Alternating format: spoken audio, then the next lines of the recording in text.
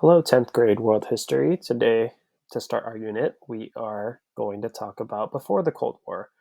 As we know, our unit talks about the Cold War and kind of how it relates to modern history today, which is the Ukraine crisis. So, as we can see, today's learning objective is students will recap the results of World War II and see how it connects to the Cold War and beyond. This is following our supporting question one, which is how might the results of World War II still have an effect on global issues that exist today? I want you guys to write down this question, and we're going to go back to it at the end of this lesson. So, to begin our presentation, we're going to talk about before the Cold War.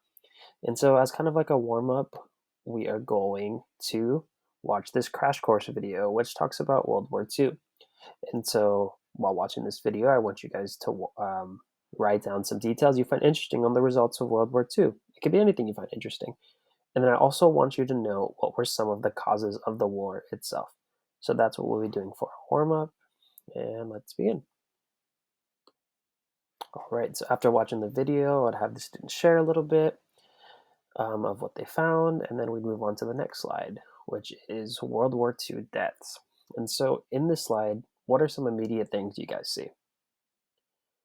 Right, the thing that pops out the most is the Soviet Union had the most casualties during World War II. And I want you guys to look for some other major players that you remember from World War II, such as maybe the United Kingdom, the United States, and France, some of the Soviet Union's allies.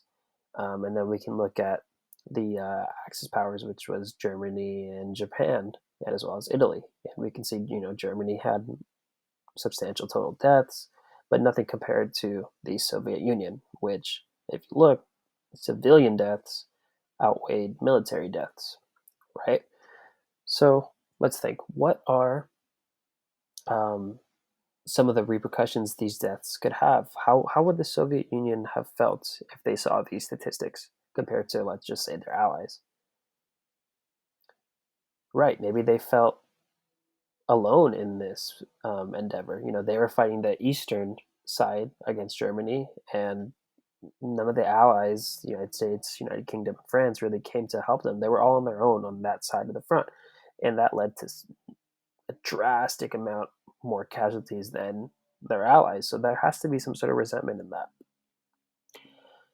So what we're going to be dealing with is evidence and interpretation. So like I said, based on the statistics of World War II deaths, how do you think the Soviets felt towards the Allies at the conclusion of World War II? And then we can also look at why did Poland and China have two of the highest death totals, right? As you see here, and with Poland especially, there's civilian deaths, and we can tie that to the Holocaust, correct? And so here are some distinct differences between the US and the USSR. The United States, right? Democracy, capitalism, private ownership of property, and they want free elections. And they want to stop the spread of communism, and which is containment. That is one of the most important keys. Whereas the Soviet Union on the other side, communism, totalitarian dictator, meaning one person is in charge of the government, and the government owns all the property. And the key thing is they want to spread communism. So we're going to go into an activity where you're going to read and take notes on three sources in this source packet, and there'll be one scaffolding question at the end of each source, which you'll be required to answer. And so after reading each source, I want you to talk with a partner about what you found and even help each other answer the question, right? And please do not hesitate to ask me for help. So here is the source packet right here. And as we can see, there's three sources. Source A, which deals with the Yalta Conference and some information about that conference. And so the question is, based on the outcomes of the Yalta Conference, did it seem like there was a divide amongst the Allied victors? And you can clearly see that there is after the students answer this. Source B, this deals with kind of tensions building between the United States and the Soviet Union. And what were the goals of the Soviet Union and the United States following World War II is the question. And then source C provides a map of Europe following World War II treaties and pacts. And I think this leads in well to the whole Cold War topic, which will be in the following days. So thank you for listening, and I hope this all makes sense.